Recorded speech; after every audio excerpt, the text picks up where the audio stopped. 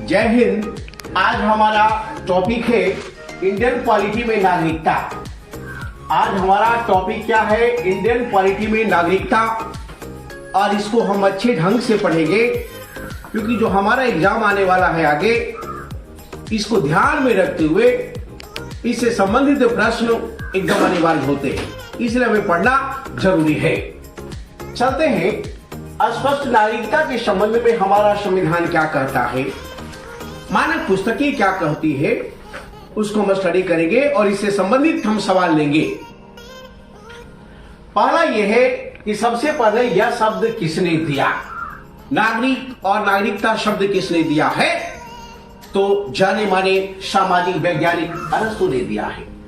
अरस्तु ने सबसे पहले ऑलरेडी नागरिकता शब्द का चर्चा करता है और इस शब्द के माध्यम से राज्य और व्यक्ति के बीच में संबंध का आकलन किया जाता है कि राज्य के समक्ष व्यक्ति का स्टैंडर्ड क्या है, स्टेटस क्या है, क्या वो देशी नागरिक है, विदेशी नागरिक है, उसका क्या अधिकार है, क्या कर्तव्य है।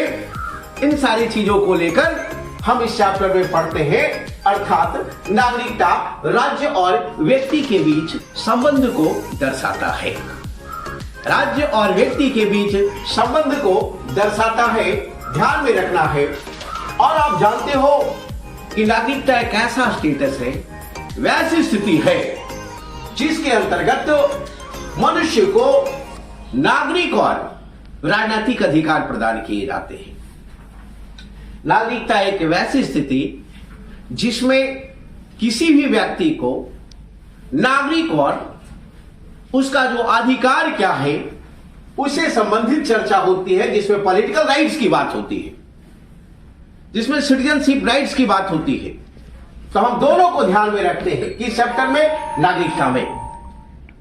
आप जानते हो कि भारत क्या है?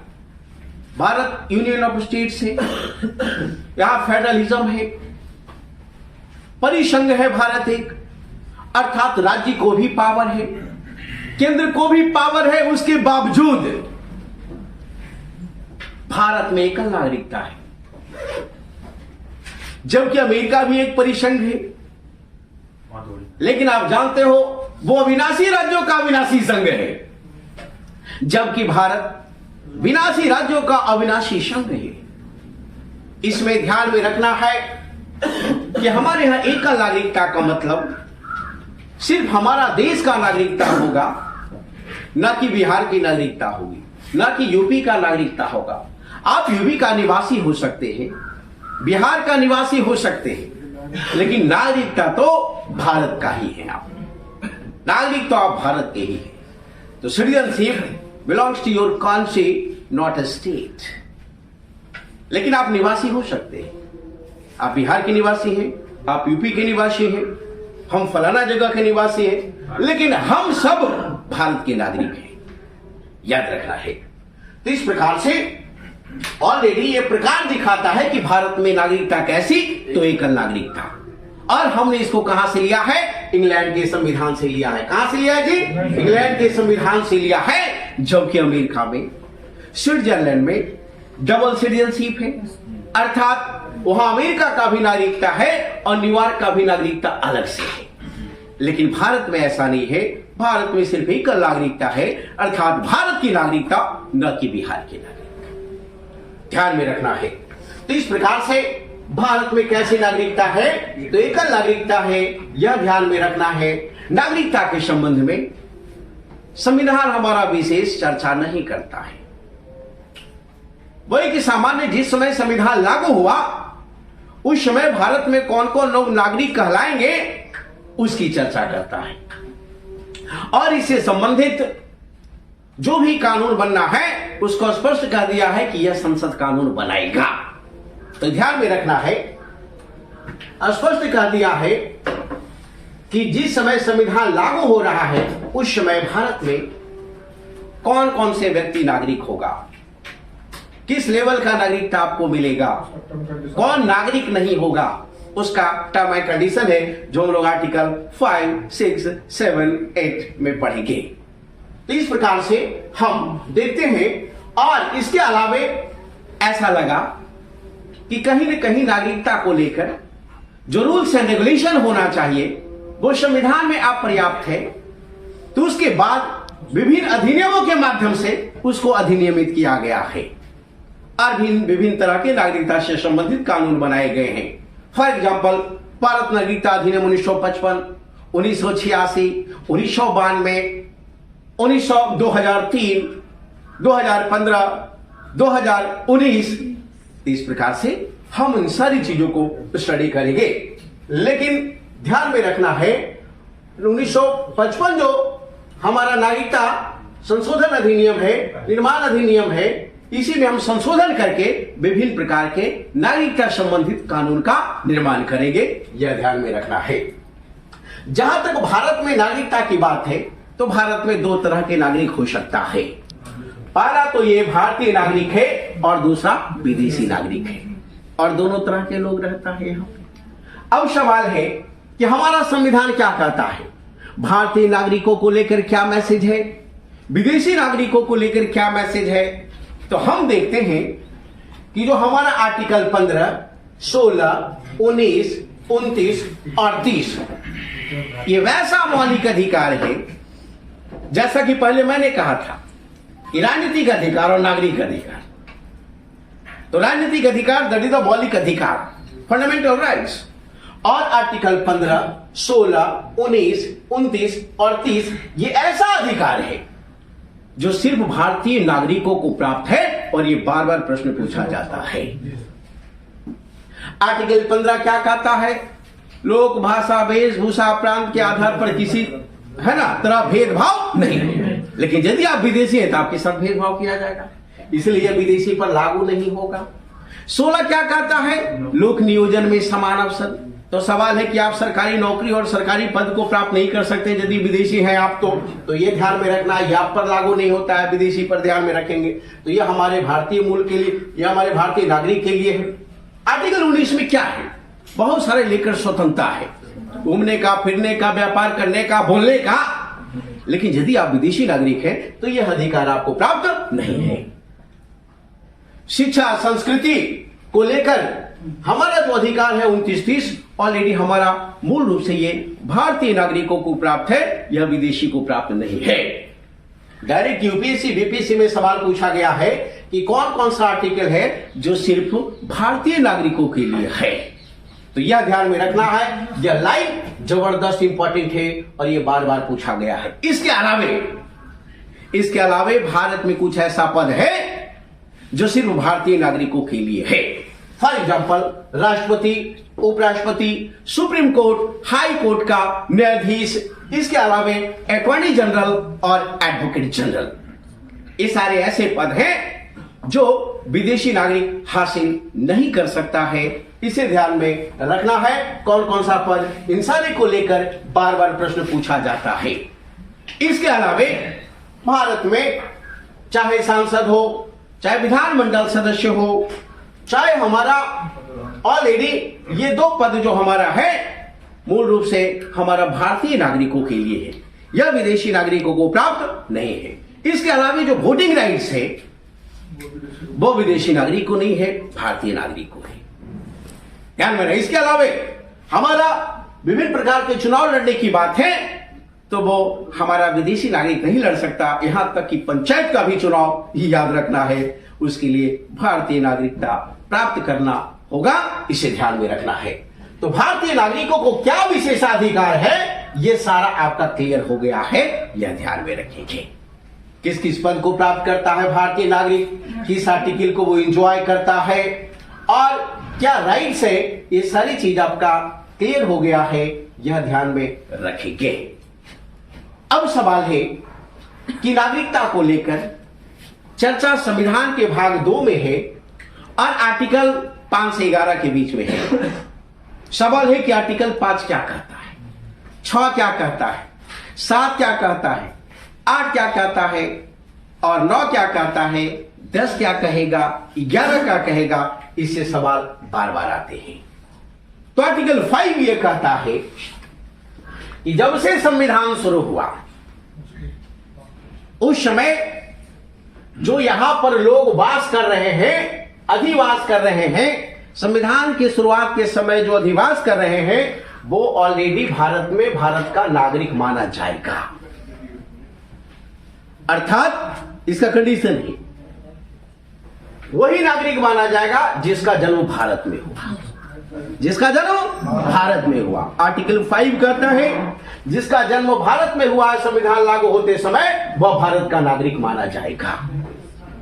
इसके अलावे जिस व्यक्ति का दादा दादी, नाना नानी, माता पिता उनमें से कोई एक भारत में जन्मा हो तो वो व्यक्ति भारत का नागरिक माना जाएगा। आर्टिकल 5 इसके अलावे संविधान लागू से 5 वर्ष पहले से भारत में रह रहा हो। संविधान लागू हमारा 26 जनवरी 1950 को हुआ 1945 और इसके पहले 5 साल से वो रह रहा हो तो वो भारत का नागरिक माना जाएगा। अर्थात आर्टिकल 5 के तहत हमारा 3 कंडीशन को फॉलो करेगा तो भारत का नागरिक वो माना जाएगा, जिससे पहला है भारत में जन्म लेना, दूसरा है उसका जो भी गार्जियन है, निर्धारित गार्जियन है, उसमें से कोई एक भारत में जन्मा हो। इसके अलावे संविधान लागू के पहले 5 वर्ष से वो रह रहा हो तो भारत का नागरिक माना जाएगा। और इसी में क्वेश्चन पूछते समय इसे 10 वर्ष कर देगा, इसमें ऑलरेडी कुछ और कंडीशन डाल देगा और आपको छांटना होगा। तो यदि ये नहीं समझिएगा तो आपका प्रश्न नहीं बनेगा, और यदि आपने समझ लिया है तो आप यूपीएससी का हर प्रश्न को क्लियर करेंगे। समझ गए आप लोग? आवाज नहीं आ रही है? ओके। तो इस प्रकार से आर्टिकल 5 हमारा क्या कहता है, हमारा क्लियरेंस है। इसके अलावा आर्टिकल 6 क्या कहता है जी? आर्टिकल 6 ये कहता है कि ऑलरेडी उस समय आप देख रहे होते कि देश की है ना बंटवारा हो रहा था उस समय, और उसमें ऑलरेडी संविधान लागू होने के बाद यानी देश के आजादी के बाद पाकिस्तान से कुछ लोग आ रहा था। तो सवाल है कि जो अब्रजन पॉलिसी है उसके तहत वो पाकिस्तान से ऑलरेडी भारत कुछ लोग आ रहा है। इसमें भारत सरकार ने कहा कि जो व्यक्ति पाकिस्तान से आ रहा है इसके लिए 2 कंडीशन है, उसको नागरिक माना जाएगा। कब? 19 जुलाई 1948 से पहले जो आ गया हो, 19 जुलाई 1947, 15 अगस्त 1947 को हमारा देश आजाद हुआ। 19 जुलाई 1948 से पहले जो आ गया हो वो भारत का नागरिक माना जाएगा। कहां से? पाकिस्तान से। पाकिस्तान से आर्टिकल 6 के तहत डेट दे देगा कि किस तिथि के पहले आने वाले को भारत का नागरिक प्रत्यक्ष रूप से माना गया। तो ये 19 जुलाई 1948 से जो भी पहले पाकिस्तान से भारत में आया उसको भारत का नागरिक मान लिया गया। इसके अलावा और बोला गया कि 19 जुलाई 1948 के बाद जो आता है, 19 जुलाई 1948 के बाद जो आता है पाकिस्तान से भारत में, तो वो आएगा और वो रजिस्ट्रेशन कराएगा, और रजिस्ट्रेशन कराने के बाद 6 महीना रहेगा यहां पर। ऐसा नहीं कि रजिस्ट्रेशन करा के फिर पाकिस्तान भाग जाएगा, ऐसा नहीं। तो रजिस्ट्रेशन कराने के बाद 6 महीना रहेगा तो उसे भारतीय नागरिकता प्रदान किया जाएगा और भारत का नागरिक माना जाएगा। समझ गए? तो पूछेगा डायरेक्ट यहां क्वेश्चन, रजिस्ट्रेशन के कितना दिन बाद तक? समझ गए? याद रखना है। और ये 6 महीना देखिए आगे कैसे जाकर बदलता है, किस कंडीशन में 10 साल, 5 साल, 7 साल, 11 साल और 12 महीना, 14 साल। ये सारा जो साल मैं बता रहा हूं आगे आप लोग पढ़ेंगे। अधिनियम 55, 86, 93, 2004 और 15 और ऑलरेडी 19, इन सारी चीजों को आप पढ़ेंगे। ठीक है? और इसको हम अगली क्लास में आपको पढ़ाएंगे। अब सवाल है हमारा 6 क्लियर हो गया, याद कीजिए 6 क्लियर है। तो 6 में क्या क्या कंडीशन है सर? तो 19 जुलाई 1948 है, पहले या बाद? यदि पहले आता तो ठीक है, बाद आता है तो आपको रजिस्ट्रेशन कराकर 6 महीना की बात करनी होगी। ठीक है, याद रखना है। तो ये क्लियर हो गया। आर्टिकल 7 हमारा क्या कहता है? भारतीय संविधान भाग 2 आर्टिकल 7 जिसका संबंध नागरिकता से है, वो क्या कहता है? तो नागरिकता में कहता है कि 1 मार्च 1947 के बाद, 1 मार्च 1947 के बाद जो भारत से पाकिस्तान आया और वो पुनः वापस चला गया। भारत से पाकिस्तान पाकिस्तान से भारत आया, है ना। 1 मार्च 1947 के बाद भारत से जो पाकिस्तान गया, 1 मार्च 1947 के बाद भारत से पाकिस्तान जाता है। क्यों? क्योंकि भय लोगों में है कि बंटवारा हो जाएगा, तो इस तरह से चला जाता है। अब चला जाता है तो ऑलरेडी सरकार कह रही है कि वो पुनः वापस आ जाता है। पुनः वापस यदि आना चाहता है तो वो आ सकता है, उसे भारत का नागरिक माना जाएगा। लेकिन इसके लिए समकक्ष अधिकारियों द्वारा, सक्षम अधिकारियों को द्वारा रजिस्ट्रेशन कराना होगा और उसके बाद 6 महीना यहां पर रहना होगा। तो सर ये सवाल पूछेगा आपसे कि आर्टिकल 7 में कौन सा डेट बताओ? 1 मार्च 1947। और आर्टिकल 6 में कौन सा डेट? 19 जुलाई 1948। ये डेट का खेल यूपीएससी बार बार पूछती है, समझ गए? तो याद रखना है, दोनों कंडीशन लगभग सेम है, सिर्फ डेट डिफरेंस है ना, याद रखना है। और मामला भारत पाकिस्तान के बीच का है, तो ये ध्यान में रखेंगे। ऑलरेडी हमारा ये 6 और 7 क्लियर हो गया। सर 8 क्या कहता है? आर्टिकल 8 कहता है कि विदेशी नागरिक जो है, कोई भी विदेशी नागरिक भारत की नागरिकता को प्राप्त कर सकता है। कोई भी विदेशी नागरिक भारतीय नागरिकता को प्राप्त कर सकता है। तो इसका कंडीशन क्या है? कंडीशन यह है कि 1935 के भारत में, 1935 के भारत में देखो संविधान कह रहा है हमारा 26 जनवरी 1950 को, हमारा संविधान क्या कह रहा है याद कीजिएगा कि 1935 के भारत में, यानी ठीक 15 साल पहले 1935 के भारत में जिसका माता पिता, दादा दादी और नाना और नानी में से कोई एक यदि 1935 के भारत में जन्मा हो या रहा हो, और यदि वो व्यक्ति चला गया हो ऑलरेडी विदेश और वो भारतीय नागरिकता प्राप्त करना चाहता हो, तो वो भारतीय नागरिक माना जाएगा। किस कंडीशन पर? कंडीशन यही है कि वो अमेरिका में रह रहा है, वहां दूतावास से संपर्क करके उसको रजिस्ट्रेशन कराना होगा कि हमारा माता पिता, दादा दादी, नाना नानी में से कोई एक ऑलरेडी 1935 के भारत में उपस्थित थे। वो साक्ष्य आपके आधार पर आपके पास कोई डॉक्यूमेंट होना चाहिए, ठीक है ना, जमीन जायदाद वगैरह कुछ होना चाहिए ना, ध्यान में रखना है। तो याद रखेंगे, तो विदेशी दूतावास में रजिस्ट्रेशन कराकर ऑलरेडी विदेशी नागरिकता प्राप्त कर सकते हैं। किस आर्टिकल में? तो आर्टिकल 8 में है। और ये कंडीशन क्या है? 1935 वाला भारत। लेकिन कहिएगा बाद वाला भारत में सर, तो बहुत सारा अधिनियम है। भारत सरकार नागरिकता अधिनियम 1955, भारतीय नागरिकता अधिनियम 1955 के तहत बहुत सारा कंडीशन है, जिसमें कैसे व्यक्ति अपना नागरिकता को हासिल कर सकता है और कैसे नागरिकता को त्याग कर सकता है, उसको हम आगे पढ़ेंगे। तो इस प्रकार से यह हमारा आर्टिकल 8 क्लियर हो गया, जिसमें कंडीशन 1935 का भारत है। आर्टिकल 7 में 1 मार्च 1947 का कंडीशन है। आर्टिकल 6 में 19 जुलाई 1948 का कंडीशन है। आर्टिकल 5 में 5 वर्ष पूर्व का कंडीशन है। समझ गए सर? तो ये कंडीशनली चला रहा है कि नहीं?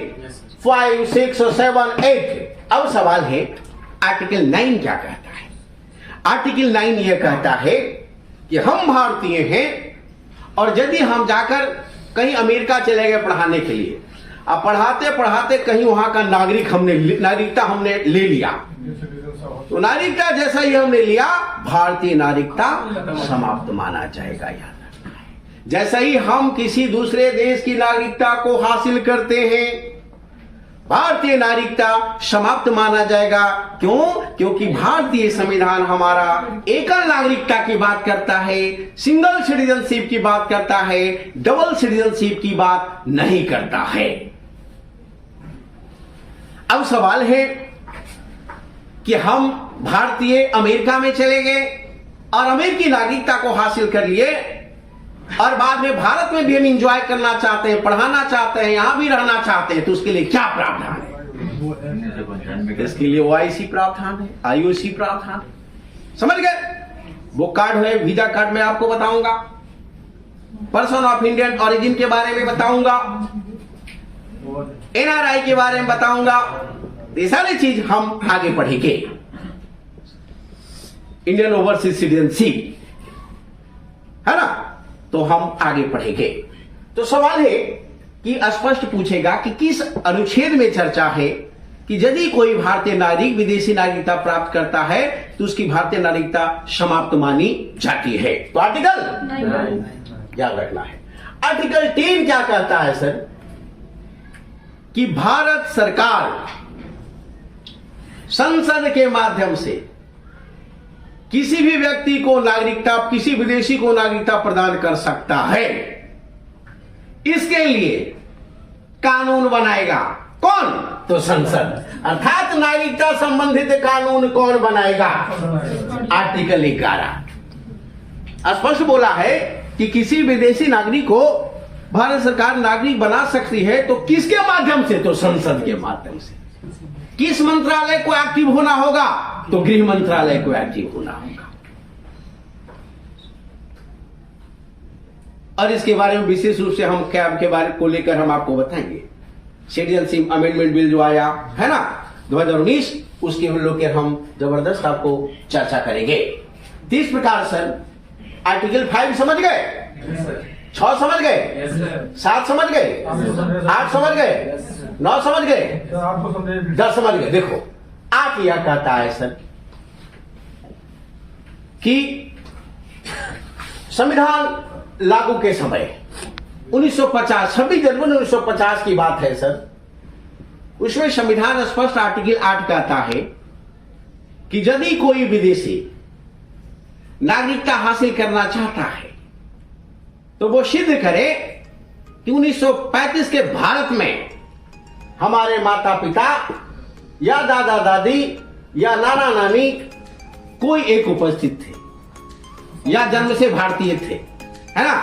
तो ऑलरेडी वो यदि उपस्थित हैं तो वो विदेशी इनके संतान जो विदेश में रह रहा है वो भी भारतीय नागरिक माना जाएगा। इसके लिए विदेशी दूतावास से संपर्क करके उसको रजिस्ट्रेशन कराना, तो उसको विदेशी नागरिक माना जाएगा। यह आर्टिकल 8 कहता है। कंडीशन 1935 का भारत। ये 5 वर्ष नहीं, ये 19 जुलाई 1948 नहीं, इसके बाद का नहीं, ये 1935 का भारत। समझ गए? तो इस प्रकार से अभी हमने नागरिकता से संबंधित आर्टिकल को पढ़ा और इसकी भूमिका को पढ़ा, परिचय को पढ़ा। किस भाग में है, किस अनुच्छेद में है, नागरिकता क्या है, कितने प्रकार के हैं, किस किस तरह के अधिकार मिलते हैं और इस संबंध में भारतीय नागरिकों को क्या विशेषाधिकार है, विदेशी नागरिकों को क्या नहीं है, और इससे संबंधित आर्टिकल 5, 6, 7, 8, 9, 10, 11 क्या कहता है, इसको हमने पढ़ा है। आगे हम पढ़ेंगे भारतीय नागरिकता अधिनियम 1955, 86, 93, 2004, 8, 15, 19, इससे संबंधित हम इसके अलावा Indian overseas citizenship visa card के बारे में पढ़ेंगे, पर्सन ऑफ इंडियन ओरिजिन के बारे में पढ़ेंगे और इससे संबंधित जो भी सवाल आएंगे उसको हम अगली क्लास में करेंगे। That's all. जय हिंद। Let it be now.